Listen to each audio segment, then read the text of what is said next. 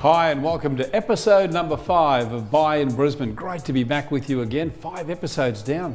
Yes. Spectacular. Great to be back. Yeah, we've got a guest, featured guest this week in the show is a former Brisbane City Council Deputy Mayor David Hinchliffe joined us here at Buy in Brisbane just to talk about his time in council, what urban renewal projects he was part of in his time in office, and what his passion project is right now, which is his art. Yeah, and in fact, if you come into Shannon's office in Brisbane, you're going to find a piece of David's art right in the foyer. It's pretty spectacular too. I must admit, I love it.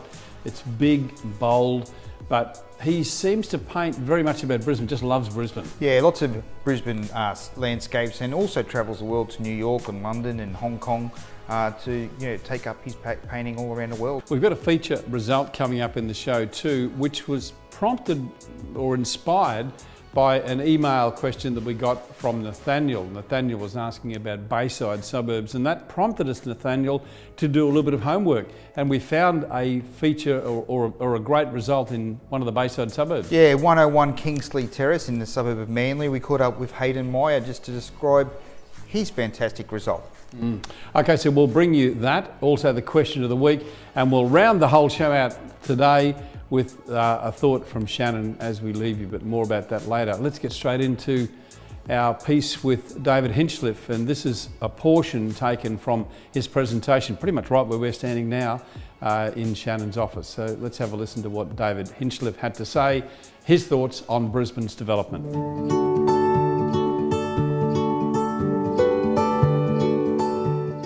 From 1988, I had the honour, and I consider it a great honour, of being elected as an inner city councillor, although in those days we were called aldermen.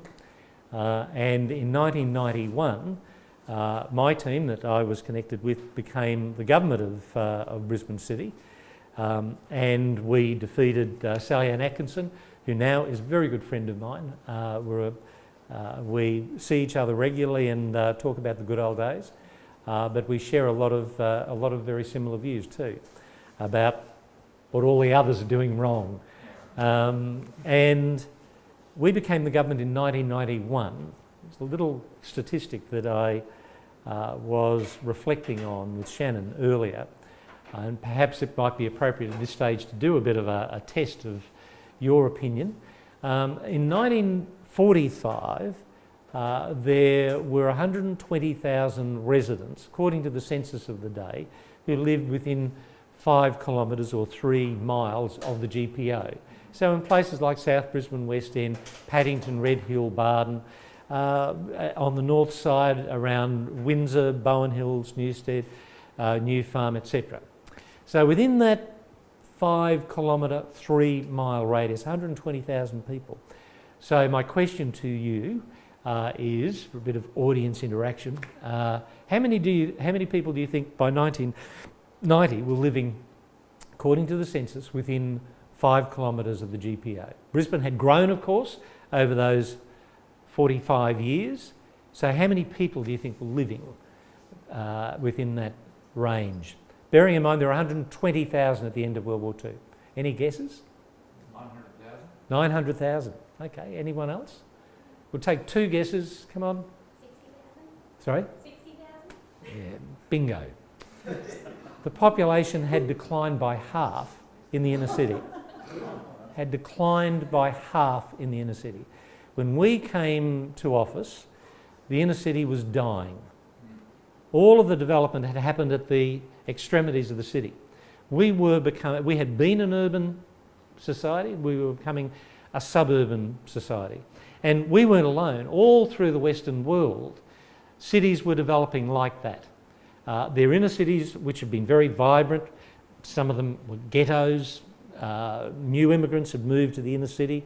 You would have blocks in New York which were Irish, some were Jewish, some were Slavic. People were congregating close to the city centre. With the development of the car and a number of other social developments, we saw post-war the explosion of the suburbs. People wanted their little block. They wanted to get out of those tenement buildings and had their own little quarter acre, half acre or even acreage out there in the burbs.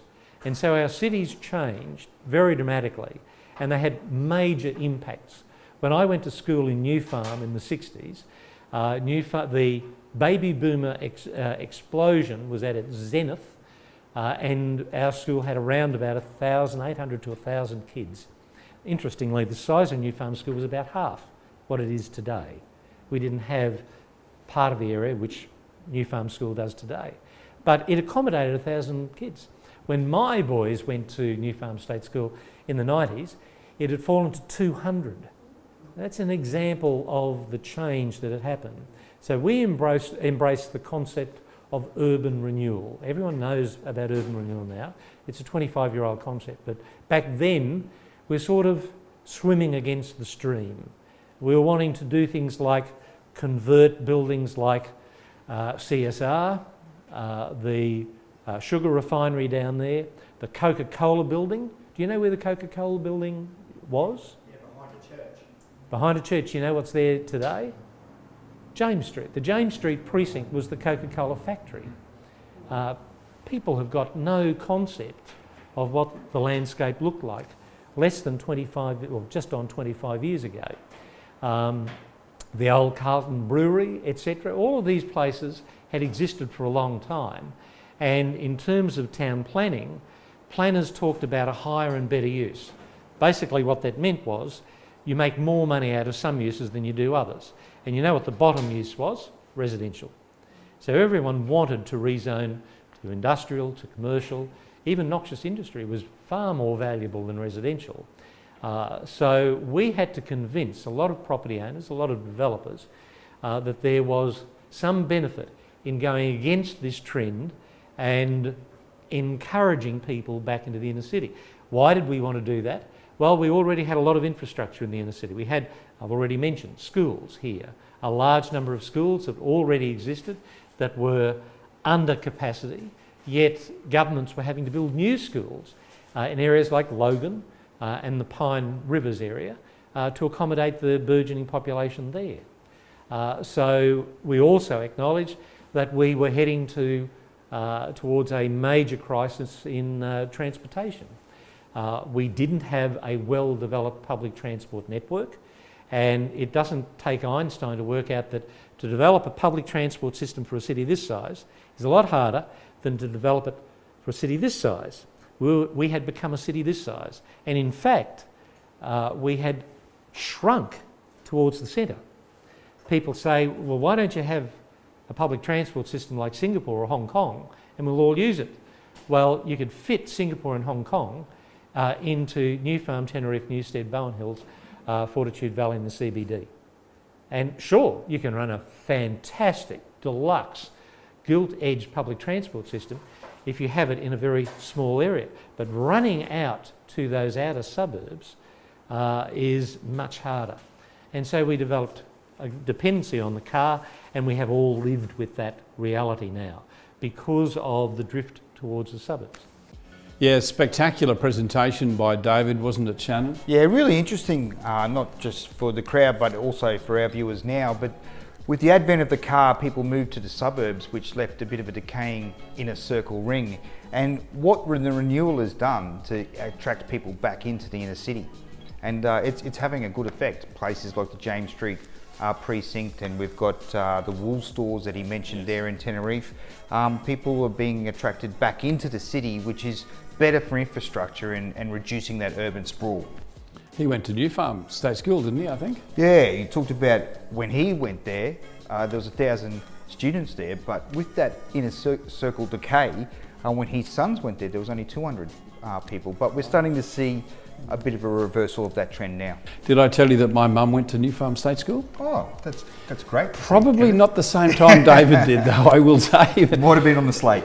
Yeah, exactly. Actually, when I was born, I first came back to a house in New Farm in Brown Street. So some wonderful memories of this inner part of Brisbane. Well, every episode of Buy in Brisbane, we try and give you a little bit of a market snapshot. And this week in October, Louis Christopher brought out his boom and bust report.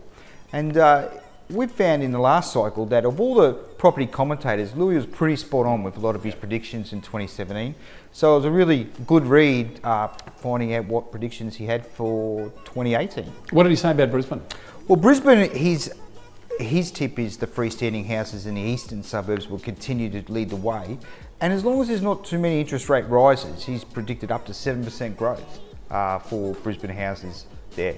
A little bit of oversupply still looming as well, which is going to slow down our growth a bit. But he also predicted that there won't be the big crash of Sydney and Melbourne that some people had predicted. APRA and the RBA interventions have helped out there. And Hobart was his pick for 2018 to be the leading capital city, but Darwin and Perth also to start their recoveries as well.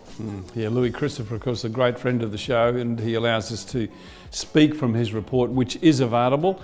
You can go to his website, sqmresearch.com.au. So thanks, Louis, for that, and congratulations on that report as well. Yeah, it's a fantastic read. Okay, let's talk about our feature result. Shannon? Yeah, the Bayside suburbs. We find that with Brisbane, the Bayside suburbs are a niche area. I think when people are born in there, they don't really move too far. So really good owner-occupier appeal. And with the duplication of the Gateway Bridge as well, they've become a little bit even closer to the CBD and to the airport these days as well. So you really get the best of both worlds with that Bayside living, cooler climate, and all the water recreation that it offers you, good schools as well. And we found a feature result from Haydn Meyer. From Haydn Meyer, and Haydn is from Ray White, and this is about a property at 101 Kingsley Terrace. I caught up with him just recently.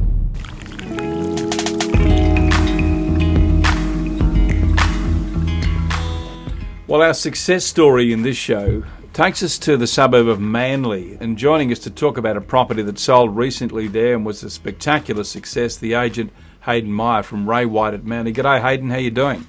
G'day Kevin, how are you? Thanks for having me on the show. Pleasure, mate. Tell me about 101 Kingsley Terrace. Well, actually, before you tell me about that, tell me a little bit about the Manly market.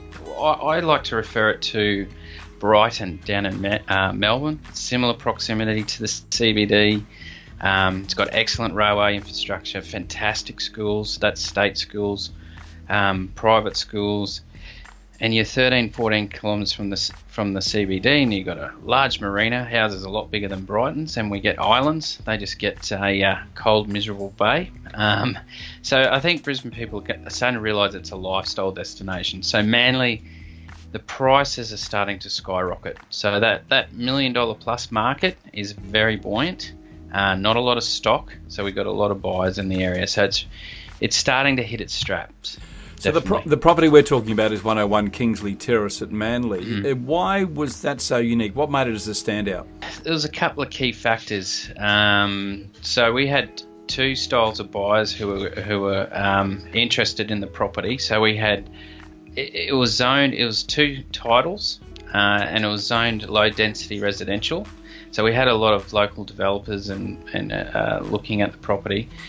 But it was also a really lovely character Queenslander across 2 blocks. Now, one of the downsides to Manly, I feel, but I mean it's very expensive, is a lot of the blocks have been chopped up over the years, and there isn't large blocks. So the average block in the area is only about 400 square metres. So that was the appeal, was the land. And funny enough, the person who bought it is a local buyer who's actually going to, unfortunately, remove the house. They're not going to restore it because they can't knock it over, and they're going to build a large home across the 2 blocks.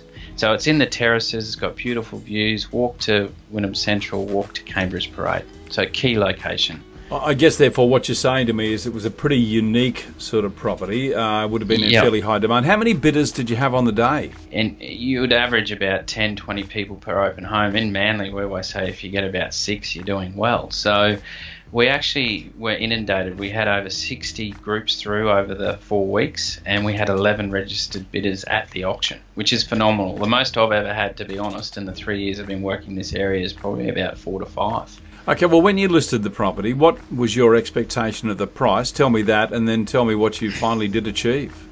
Because land sort of retails in the area for $600,000 for a 405. So initially, at first, you thought, well, the retail value could be up around that 1.1 to 1.2. but of course you've got costs involved, etc. So as the campaign started, we got a lot of offers. We had 3 or 4 offers, and they only came in between $850 and $925. So then we realised that perhaps, you know, market values around that $950 to $1 million. So what was the eventual sale price? $1,030,000. Okay, the vendors would be pretty happy about that. I guess very happy. Reinforces that decision to go all the way to auction, doesn't it? I mean, if you're going to do an auction, go all the way on the day. You got to have the right nerve, and you can see a lot of agents who you know, I mean, I've been guilty of it early in my career, but you know, I've had instances where an owner's expectations in an auction might be, for example, one I just sold in Wynnum was 1-1, and we had offers prior to auction of 1-2, and she wanted to take the contract naturally because it's unconditional, but you got to hold your nerve and say, look, no, let's go to auction. And you know, you go to auction, you sell it for over 1.3 for just waiting a couple of weeks. But yeah, you should always commit to auction. Yeah, and I think for me, reinforces that when you're dealing to sell a property, you should be dealing with an agent who understands auction, has that courage, has that track record. Hey, Haydn, we're out of time, mate, but thank you so much. Congratulations on what you did, and thank you very much for sharing the story with us. And I'll also say thank you to the owners for letting you share the story with us as well. It's great. Lovely family. Good on Wonderful. You, Thanks, Kevin. Gee, Shannon, it's fantastic talking to some of these leading agents. They've got a great mindset. That's why I love, you know, I talk to them about another show that we do. But Haydn's certainly very, very inspirational, and you know, pretty pumped about that result that he got there as well. The real professional salespeople really do help promote your properties, and not only your properties, your streets and your suburbs. So they're worth their weight in gold. They are indeed, and Haydn's one of the people we'd recommend to you. As I said, he's from the Ray White organisation in that area. That brings us to our question. Comes from Nathaniel.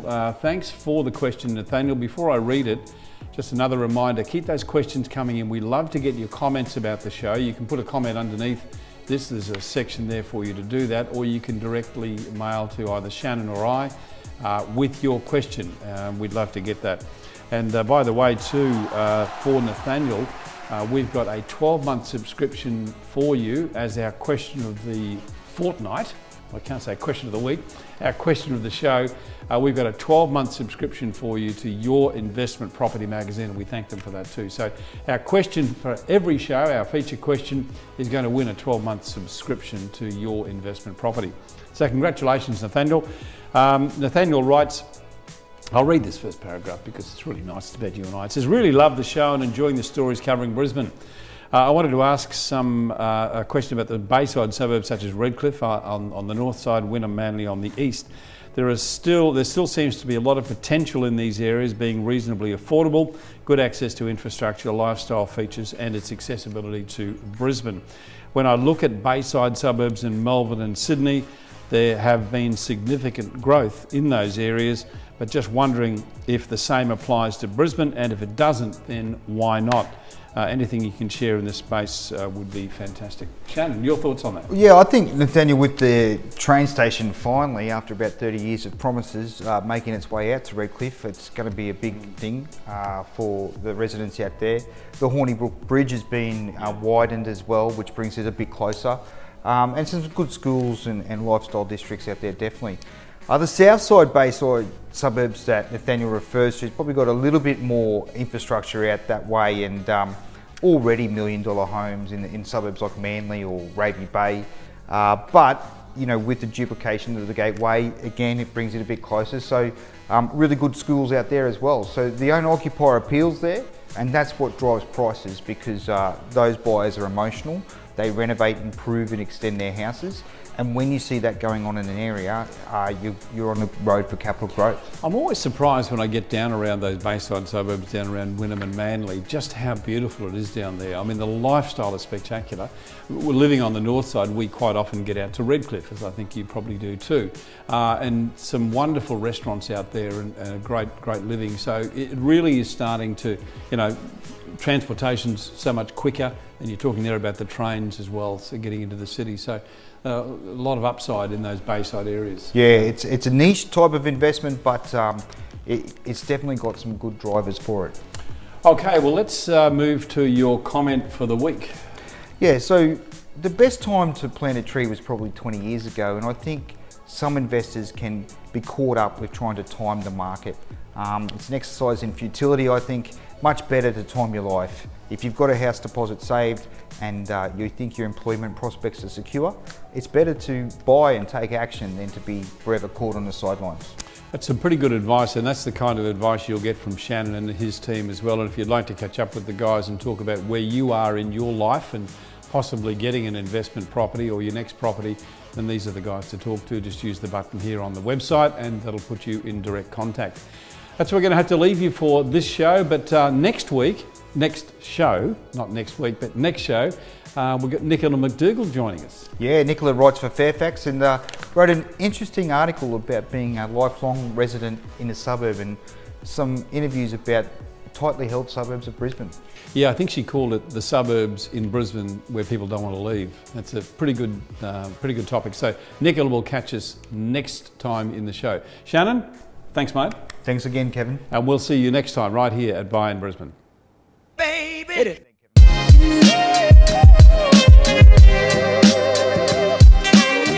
This week, Christopher Louis, who's a friend of the program, Is it Louis Christopher? Yeah, Louis Christopher. Sorry, we do that again. Christopher Louis. Christopher Louis.